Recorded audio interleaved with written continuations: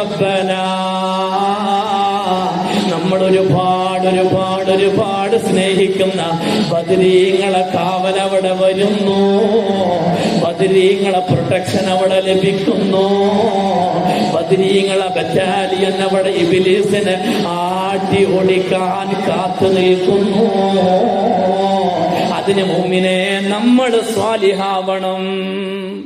അല്ലാഹു തൗഫീഖ് തരട്ടെ, അല്ലാഹു തൗഫീഖ് തരട്ടെ.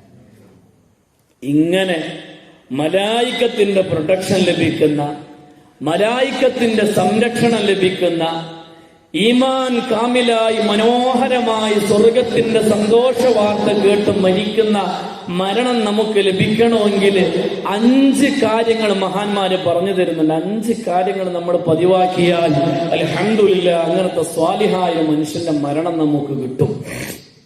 5 വിശദീകരിക്കണമെങ്കിൽ ചുരുങ്ങിയത് 5 ആഴ്ച കൊണ്ടുവരും. 5 വിശദീകരിക്കണം. ഞാനതുകൊണ്ട് അവസാനിപ്പിക്കുകയാണ്. ഞാൻ 5 കാര്യങ്ങളൊന്ന് പറഞ്ഞുതരാം. 1, നിസ്കാരം നഷ്ടപ്പെടുത്താതിരിക്കുക. ഒന്നാമത്തത് 5 നേരത്തെ നിസ്കാരം നഷ്ടപ്പെടുത്താതിരിക്കുക. നമ്മളെ സംബന്ധിച്ചിടത്തോളം കുഴപ്പം എന്താണെന്നറിയോ?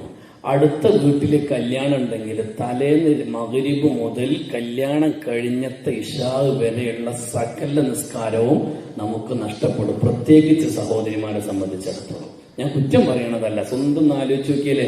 അടുത്ത വീട്ടിലൊരു കല്യാണം, ഇപ്പൊ തലേന്നത്തെ രാത്രിക്കത്തത് പോട്ടെ, മൈലാഞ്ചി കല്യാണത്തിൻ്റെത് പോട്ടെ, അന്ന് നമ്മളൊരു 9-10 മണിക്ക് മേക്കപ്പ് ഒക്കെ ചെയ്തിട്ട് ഒരുങ്ങണല്ലോ. സുബ്ഹാനല്ലാഹ്, ഇതൊക്കെ കൂടെ വാരി തേച്ച് ഈ കോലത്തിൽ കഥകളിക്ക് വേഷം കിട്ടിയ പോലെ ഒരുങ്ങി തയ്യാറാകുമ്പോഴായിരിക്കും 12-19 ളുഹ്ർ ബാങ്ക് കൊടുക്കുക. ഇനിയിപ്പോ ളുഹ്ർക്ക് ഒന്നുണ്ടാക്കണേ, ഇതൊക്കെ കൂടെ തേച്ച് മാച്ച് കളയണ്ടേ. അതുകൊണ്ട് ളുഹ്ർ നമുക്ക് അസറിന്റെ അടുത്ത് നിസ്കരിക്കുക. അസറിന്റെ സമയത്താണ് പെണ്ണിറങ്ങിയത്, പെണ്ണിന്റെ കൂടെ പോണ്ടേ, അപ്പോൾ അസർ മഗ്‌രിബിന്റെ ഒപ്പം നിസ്കരിക്കുക. പെണ്ണിന്റെ പുറക്കെ പോയുള്ള ബിരിയാണിയൊക്കെ കൂടെ അടിച്ചു മാറ്റി വന്ന സുബ്ഹാനല്ലാഹ് പൊരയിലെത്തിയപ്പോഴേക്കോ ഇന്ന് നീ ഒന്നിനും വയ്യ, മഗ്‌രിബ് കുറച്ചിട്ട് ഇശാന്റെ ഒപ്പം നിസ്കരിക്കുക. ഇശാകുമ്പോഴോ ഏതായാലും ഇന്ന് ളുഹ്റുമില്ല, അസ്റുമില്ല, മഗ്‌രിബുമില്ല, ഇശാവുമില്ല, ഇനി നാളെ സുബഹി മുതൽ അങ്ങ് തുടങ്ങാം. അല്ലെ? നമ്മൾ ഓരോരുത്തരുടെ അവസ്ഥയാണിത്, ഓരോരുത്തരുടെ അവസ്ഥ. എല്ലാരും അല്ല, ആ സമയത്തിനനുസരിച്ച് നിസ്കരിക്കുന്നവരൊക്കെ ഉണ്ടാകും, സമയത്തിനനുസരിച്ച് നിസ്കരിക്കുന്നവരൊക്കെ ഉണ്ടാകും. ഒന്നാമത്തെ കാര്യം 5 നേരത്തെ നിസ്കാരം. അത് ഏത് സന്ദർഭങ്ങളിലും നഷ്ടപ്പെടാതിരിക്കാൻ പ്രത്യേകം ശ്രദ്ധിക്കുക. എന്നാൽ നമ്മൾ ഒന്നാമത്തെ കാവല് കിട്ടി. അല്ലാഹു തൗഫീഖ് തരട്ടെ, അല്ലാഹു തൗഫീഖ് തരട്ടെ.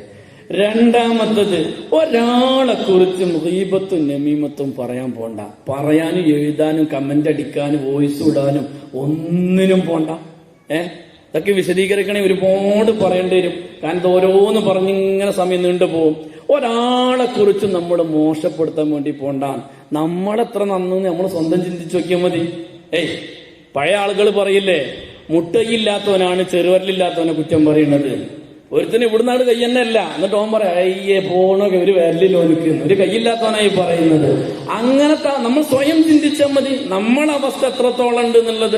ഗീബത്തും നമീമത്തും പറയാൻ പോകണ്ട. 2, 3, തഹജ്ജുദ് നിസ്കാരം നഷ്ടപ്പെടാതിരിക്കാൻ ശ്രദ്ധിക്കുക. ഉസ്താദെ കഴിഞ്ഞ റമദാനിക്ക് നിസ്കരിച്ചതാ, പിന്നെ നിസ്കരിച്ചിട്ടില്ല അല്ലെ? ആ അത്താഴച്ചോറിന് എണീറ്റപ്പോ 2 റക്അത്ത് നിസ്കരിച്ച തഹജ്ജുദ് പതിവാക്കാൻ പറ്റുമോ? തഹജ്ജുദ് നിസ്കരിച്ചിട്ട് നിങ്ങൾ പടച്ചവനോട് എന്ത് ചോദിച്ചോ അള്ളാഹു ഉത്തരം തരും, ഒരു സംശയമില്ല.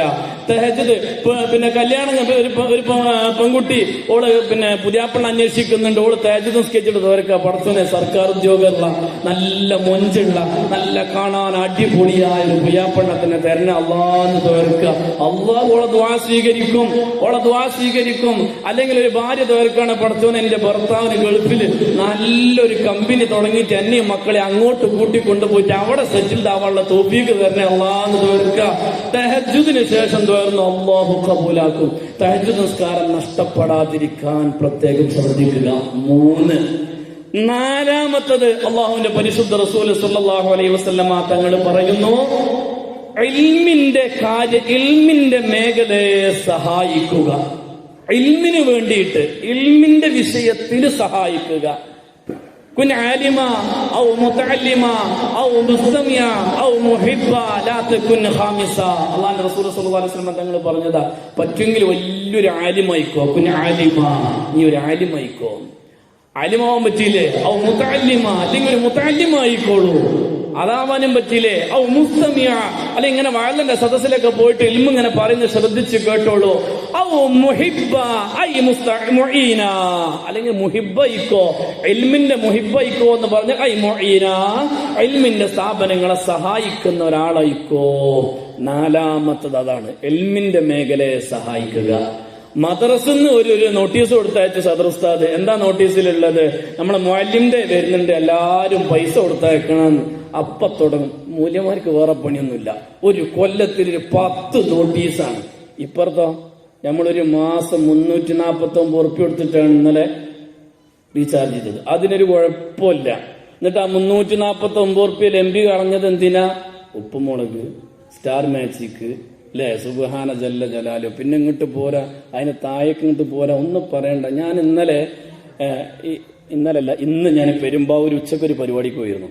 ആ പരിപാടിക്ക് പോയിട്ട് ഞാൻ അവിടെ ഇങ്ങനെ ഇരിക്കുന്ന സമയത്ത് ഒരു 3-4 ആൺകുട്ടികളുണ്ടാവും.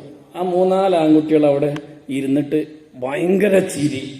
അപ്പൊ ഞാൻ വെറുതെ ഇങ്ങനെ അവരിലേക്ക് എത്തിങ്ങനെ നോക്കും. എനിക്കൊന്നും കാണുന്നില്ല. എനിക്ക് കണ്ണട വെച്ചിട്ട് വല്ലാണ്ട് വ്യക്തമായിട്ട് കാണൂല്ല ഈ മൊബൈലിക്കൊന്നും. അപ്പൊ എനിക്കത് കാണുന്നില്ല. അപ്പൊ ഞാൻ ഒരുത്തിന് വിളിച്ചിട്ട് ചോദിച്ചു, എന്താ കാണുന്നു ചോദിച്ചു. ഐറ്റം വേറെയാണ്. സംഗതി ഓടിയില്ലത് എന്താ സംഗതി, ഐറ്റം വേറെയാണ്. അപ്പൊ ഞാൻ കരുതി, പടച്ചോൻ ഈ പൊന്നുമക്കൾ വേണ്ടാത്ത വല്ല വീഡിയോറ്റോ കാണുന്നുണ്ടെന്ന് കരുതി ഐറ്റം വേറെ എന്നൊക്കെ പറഞ്ഞപ്പോ അങ്ങനെ ചിന്തിച്ചു പോയി. ഞാൻ 3 ആളെയും വിളിച്ചിട്ട് ചോദിച്ചു, മക്കൾ എന്തായി കാണുക? അവിടെ ഉസ്താദ് പ്രസംഗിക്കുന്നത് കേട്ടില്ല നിങ്ങൾ ഇപ്പൊ ഇവിടെ ഇരുന്ന് കണ്ട് മൊബൈലിൽ കാണും. ഉസ്താദ് ഇതൊരു കോമഡി ഷോ ആണ്, ഇതിന്റെ പേര് ഐറ്റം വേറെ എന്നാണ്. ഇതിന് ചിരിച്ച് ഉച്ചക്ക് ചോറും കൂടെ വെച്ചില്ല.